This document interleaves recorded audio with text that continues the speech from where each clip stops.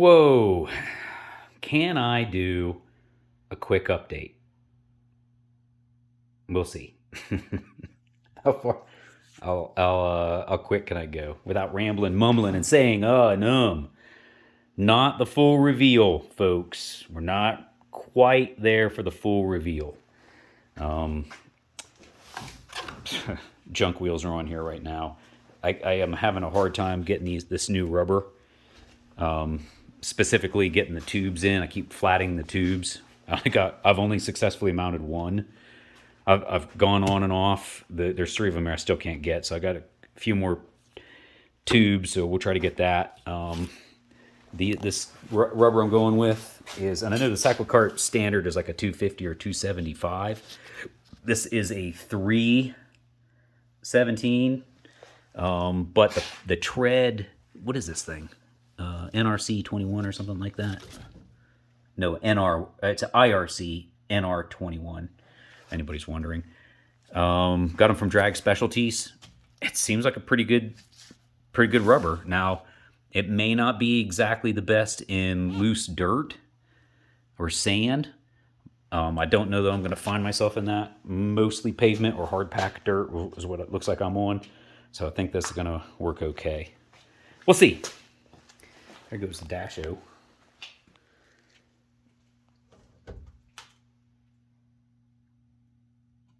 The brass drawer pull knob that I used for the radiator screw down.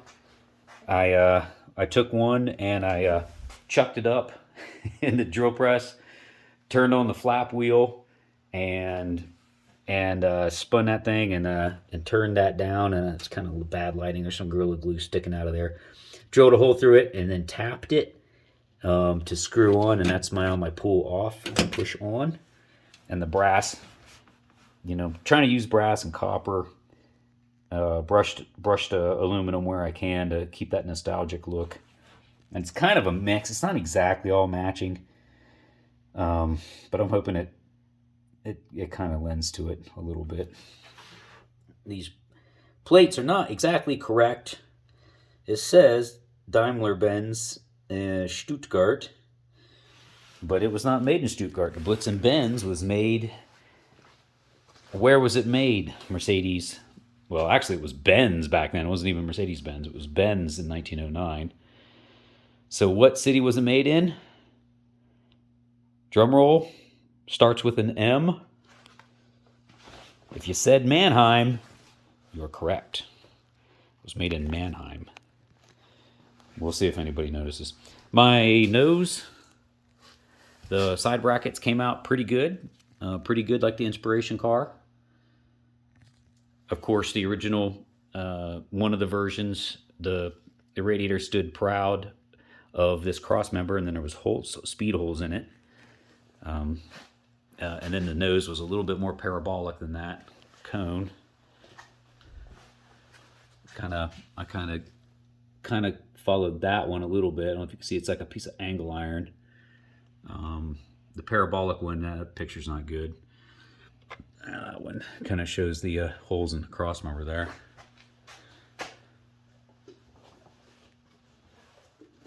Man, I have no room. I have precious little garage space.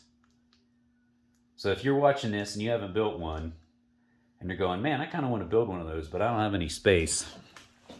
Well, my first one of these I built outside on jack stands and sawhorses. And the only special equipment I got other than hand tools is I got a wire welder over there, a drill press, and I do have the tube bender that helped me do the axle, but you could definitely do workarounds. Definitely do not need the tube bender. You can bend that tubing without it. You can kerf it and weld it. You do need a welder, or you need somebody who knows how to weld, has the ability to weld.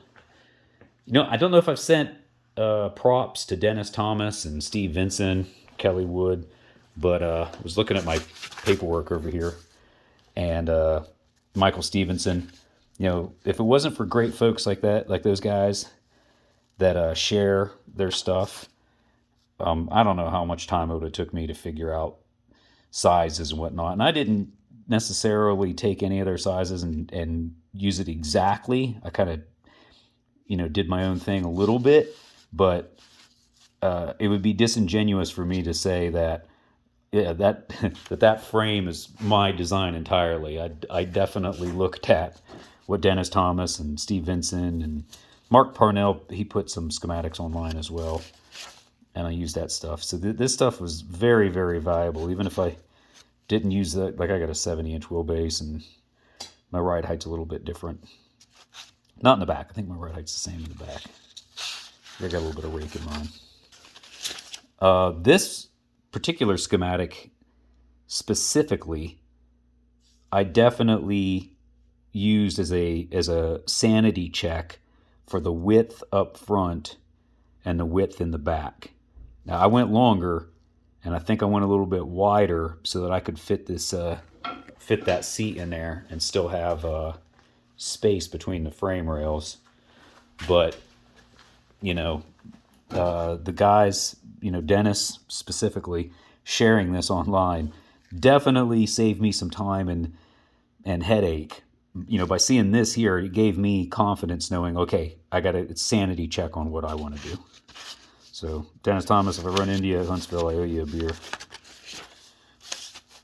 The Blitzen Benz. You're building one of these if you want to do a Cyclekart. Ben Terwilliger's 2 cents. Definitely pick your inspiration car. Be very specific with your inspiration car. I did an Austin 7 Ulster to begin with, and there was a million of them. It was quite a bit, and there was lots to choose from. So the one I built wasn't true to any one specific car. But if you have one specific famous car, like the Blitzen Benz, or like Cobus's Beast of Turin, there's toys and literature and stuff that you can and should use as a guide. One of the versions, 1909 version. Me doing some of my work. Yeah, this was me figuring out my rolling chassis. Cobus's Beast of Turin.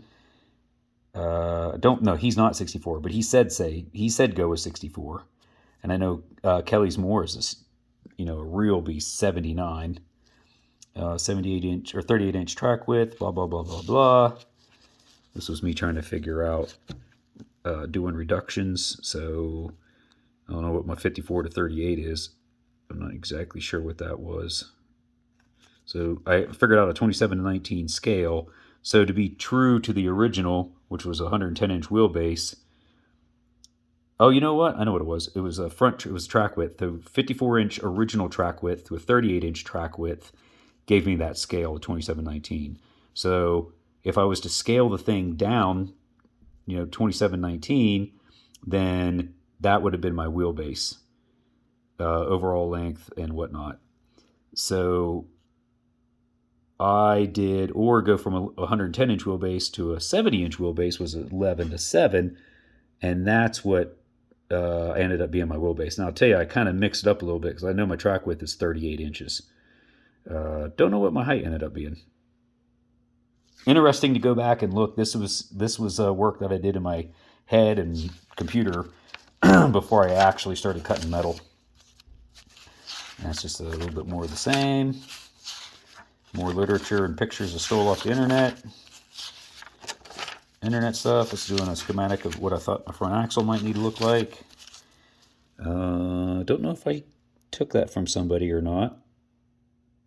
I may have got that from somebody, or I may have drew that up. I think that's a Dennis Thomas axle.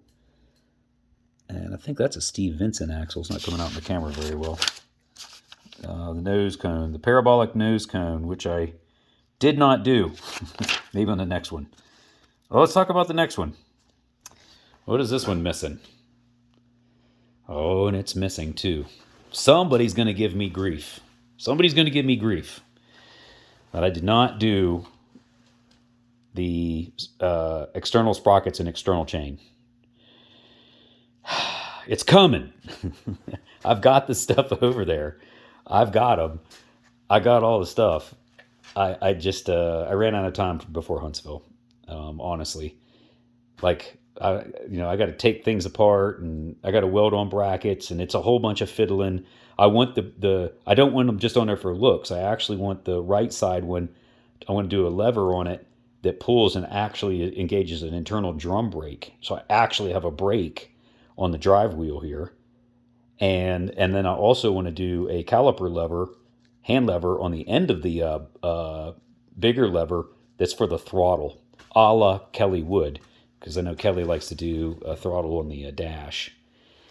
And that way I could sit here and I could yank on the, I could start it and then have a brake and a throttle right here all in one spot. So that needs to be done. Dag on it. That'll be the next winter project.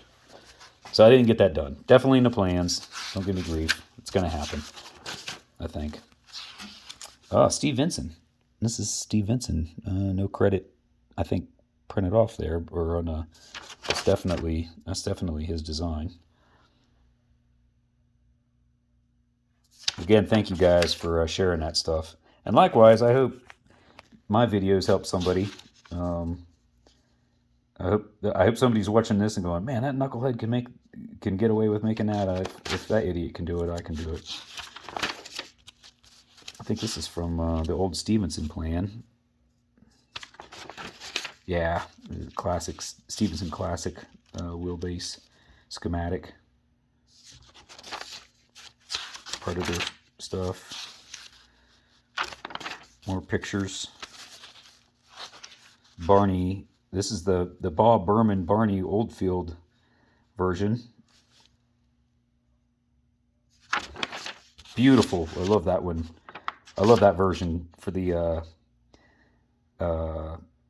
paint scheme on it and the pinstriping. This was me figuring out how I was going to do my side pipes. Of course, I ended up doing vacuum hose, which is okay. It's screwed in. I mean, I think it's all right. We'll see how much it vibrates and wants to come loose. What I don't like about them is they're not uniform. Like these two kind of got the right, but then these ones didn't. And then I kind of move it around. I don't know. Maybe I can heat gun them and get them to kind of play nice. I don't know. I'm sure once I get driving it around, they'll vibrate themselves and wobble. As long as they don't come off. As long as they don't come off. I mean, I do like the way they came out there.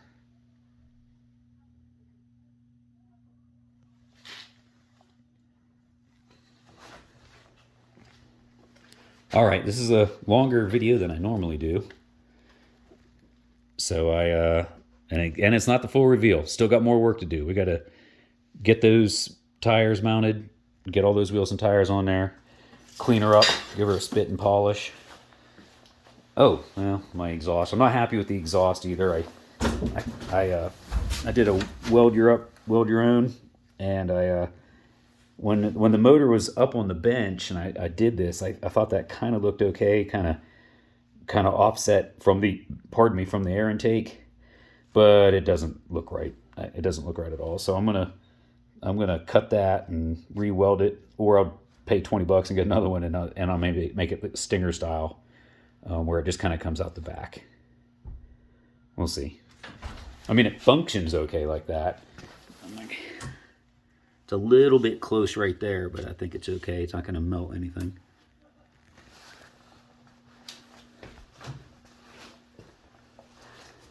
All right, Cyclekarters. Hope you're out in the garage building something cool. And if I'm lucky, I'll run into you here in Huntsville on 19th and 20th of May, 2023, and we'll get to tear it up in Utah, driving them around.